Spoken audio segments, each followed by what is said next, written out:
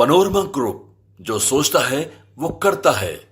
नमस्कार, भारत लाइव देख रहे हैं आप। देखिए, बिहार में जमीन सर्वे का काम अब जोरों शोरों से हो रहा है। जिस तरीके से जमीन सर्वे को लेकर विवाद बढ़ते थे और सबसे ज्यादा मामला जमीन सर्वे का कोर्ट में पेंडिंग होता था, तो अब उसको लेकर सरकार ने ये कदम उठाया था। देखिए, आपको बता दें कि 45,000 से ज्यादा गांवों में ये सर्वे किया जा रहा है, लेकिन अभी भी लोगों के मन में बहुत संदेह है और बहुत कुछ उनको जानना है।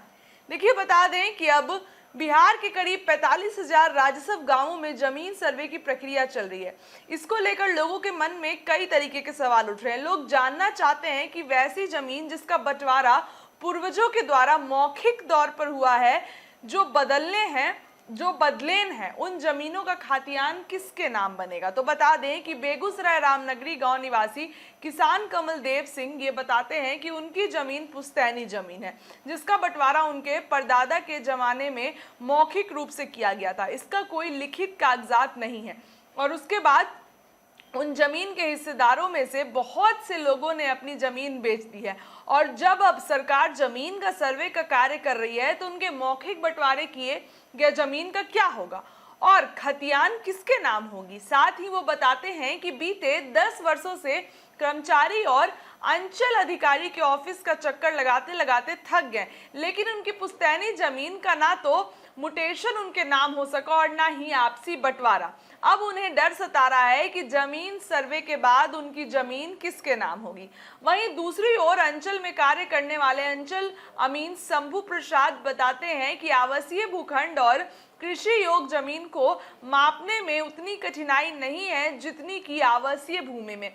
खातियान पुरानी है। हालांकि हिस्सेदारों ने तो ये अपनी जमीन बेच दी या उसमें कई मकान बनाए हैं, लेकिन जब सर्वे का कार्य चल रहा था तो सभी खतियान के आधार पर अपनी हिस्सेदारी मांग रहे हैं, क्योंकि पहले के जमाने में जमीन का बंटवारा मौखिक आधार पर होता था। बहुत कम ही ऐसे व्यक्ति हैं जो बंटवारे के कागजात बनाते थे, केवल होता था। बता दें कि इस बाबत बेगूसराय जिले के बंदोबस्त पदाधिकारी विजय कुमार सिंह बताते हैं कि बिहार में चल रहे भूमि सर्वेक्षण के दौरान जमीन की पारिवारिक बंटवारी का रजिस्ट्री दस्तावेज जरूरी है। अगर बंटवारा मौखिक रूप से हुआ तो संयुक्त खातियान बनेगा। सर्वे अधिकारी के मुताबिक स्वघोषणा के समय अपनी जमीन का रकबा, खेसरा की जानकारी, जमाबंदी यानी भू राजस्व रसीद की फोटोकॉपी, खातियान की कॉपी आदि दस्तावेज देने होंगे।